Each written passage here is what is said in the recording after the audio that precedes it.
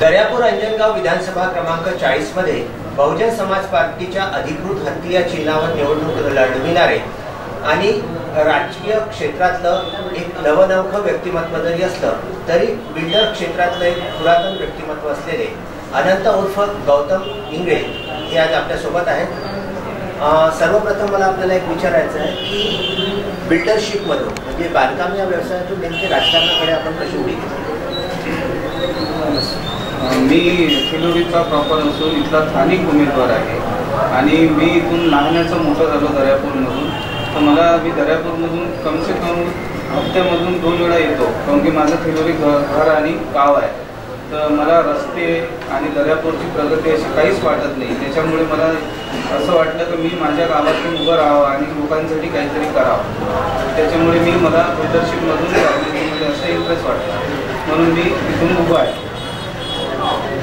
अमरावतीच्या राजकारणामध्ये आणि जसं आपण आता सांगितलं की चिलोरी हे आपलं प्रॉपर गाव आहे, चिलोरीचे आपण राहणारे आहात आणि दर्यापूरमध्ये जी प्रगती आपल्याला वाटत नाही, तर नेमकं बिल्डिंग या व्यवसाय क्षेत्रामध्ये असताना किंवा आपली जी ओळख आपण एक करून ठेवलेली आहे, जसं पूर्वीचं जर एक व्यक्तिमत्व पाहिलं तर आपल्या विधानसभेमध्ये एकमेव व्यक्तिमत्व असं होतं की ते गोल्डन मॅन म्हणून ओळखलं जायचं आणि अमरावती जिल्ह्यामध्ये सुद्धा आपण एक गोल्डन मॅन म्हणून ओळखलं जातात, म्हणजे ती आपली एक ओळख झालेली आहे।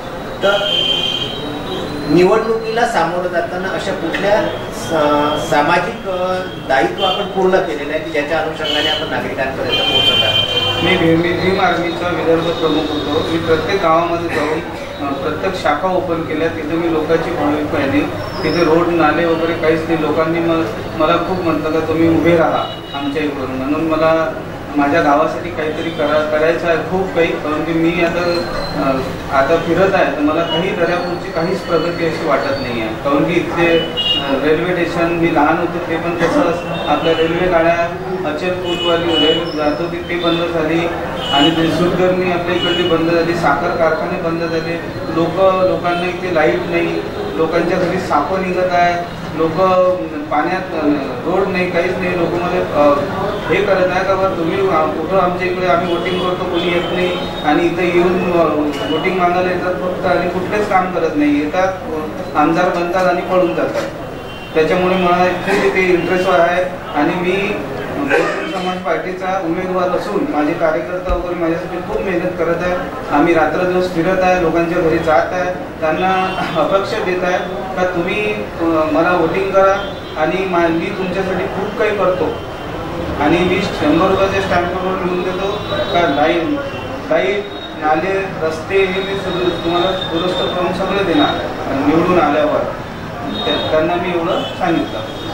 म्हणजे नेमकं आपल्याला असं म्हणायचं आहे की नागरिकांपर्यंत मूलभूत सुविधा ज्या आहेत त्या शासनाने अद्यापर्यंत पोहोचविलेल्या नाही आहेत। कुठल्याच शासनाने इथं सुविधा कुठल्याच शासनाने दिली नाही। त्याच्यानंतर लोक अंधारात झोपत आहे, इथे खूप मोठे साप निघत आहे, कारण की आमचे कादरबाई मुस्ताकबाई आम्ही काल जाऊन आलो, लोक असे हसून रडत होते की बा आमच्या इकडे फक्त वोटिंग मागायला लोक येतात आणि कुठलेच कामं करत नाही। आणि मी स्वतः डोळ्यानं बघितलं तर तिथं रोड नाही, लोकांच्या घरी पाणी नाही, लाईट नाही, लोक लहान लेकरं आहेत त्यांना एक महिना शाळेमध्ये जात नाही ते आणि घरातच राहतात, कारण की तिथं पाणी एवढं भरपूर राहते की तिथं म्हणजे असं जहालाही जागा नाही राहत। तर कुठून लहान मुलं म्हणजे बाहेर निघत नाही, इचू काटा अंधार नाही, स्वतः जाऊन 4 गाव फिरतो का, असं मला अपेक्षा आहे का मी माझ्या गावासाठी काही ना काही करावं। दर्यापूरचा जर एकंदरीत दर्यापूर अंजनगाव हा विधानसभा मतदारसंघ जर घेतला तर BSPचे कॅडर होते या मतदारसंघामध्ये आपल्याला नेहमी पाहायला मिळालेलं आजपर्यंतच्या झालेल्या निवडणुकीच्या पार्श्वभूमीवरती। तर नेमकं आपल्याला सध्या काय पोझिशन म्हणजे आपली काय परिस्थिती आहे? BSPचे कार्यकर्ता माझ्यासाठी खूप मेहनत करत आहे आणि मी प्रत्येक गावात फिरत आहे, ते पण माझे कार्यकर्ता खूप माझ्यासाठी मेहनत करत आहे आणि मला असं वाटते का माझे कार्यकर्ता सगळे मिळून आम्ही काहीतरी लोकांसाठी करू हे आम्ही विश्वासन देतो। आणि जे लोक आहे BSPचे ते एकदम चांगले लोक आहे आणि माझ्यासाठी खूप म्हणजे मेहनत करत आहे, रात्र दिवस आम्ही मेहनत करतो आणि दर्यापूरसाठी मी करून काम दाखवणार लोकांना हे मी निवेदन देतो।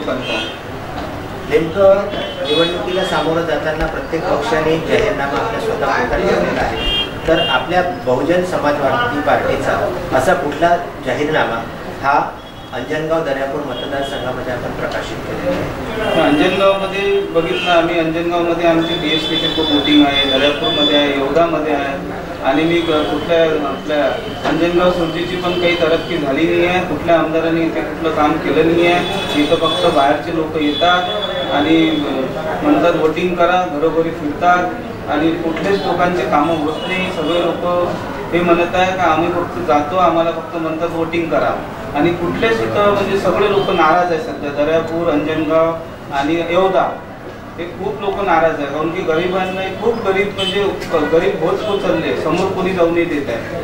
रस्ते, नाले, नळ नाही लोकांना, शाळांनी शिकायला, काही बेरोजगार लोक आहे. आता मी सगळं बघितलं दर्यापूरची कंडिशन. कारण मी मनापासून इथे इलेक्शन लढायला आलो आणि मी मनापासून मी गरीबमधून समोर गेलेला आहे. स्वतःच्या भरोशात तर मला लोकांसाठी काहीतरी करायचं आहे. मला असं म्हणायचं आहे की नेमकं पक्षाचा जसा जाहीरनामा असतो की त्याच्यामध्ये आपण एखादा इंडस्ट्रीयल क्लस्टर करू शकतो किंवा अशा ज्या मूलभूत सोयी आणि सुविधा नागरिकांपर्यंत शासनाने पोहोचविल्या नाही असं आपल्याला वाटतं. असं म्हणजे बहुजन समाज पार्टीच्या वतीने असं म्हटलं कामं आपण करणार आहात की तो जाहीरनामा प्रकाशित केलेला. आता मी इथे सूतगिरणी बंद झाली, रेल्वे बंद झाली आणि त्याच्यानंतर आपला साखर कारखाना बंद झाला. लोकांना बेरोजगार म्हणजे काही मिळत नाही. लोक म्हणजे फिरत आहे.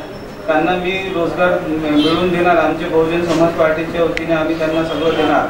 सूतगिरणी परत आणून देणार, रेल्वेचं निवेदन देऊन आम्ही ते परत आणून देणार, साखर कारखाना आम्ही परत आणून देणार. हे मी नेहमी सांगितलं का मी करणार. दर्यापूर, अंजनगावसाठी खूप काही करणार हे मी मनापासून सांगतो. जाता जाता आपण मतदारांना, अंजनगाव दर्यापूर विधानसभा परिक्षेत्रातले जे मतदार आहेत त्यांना काय सांगणार आहे की त्यांनी आपल्याला का निवडून दिलं पाहिजे? त्यांनी याच्यासाठी निवडून दिलं पाहिजे का कारण की मी त्यांची कंडिशन बघितली. मी त्यांना सांगितले का तुम्ही माझ्यासाठी मला कुठल्या कोणाकडून पैसे ना घेता तुम्ही बहुजन समाज पार्टीला वोटिंग करा आणि मी तुम्हाला 100 रुपयाच्या स्टॅम्पवर लिहून देतो का मी तुमचं काम करणार.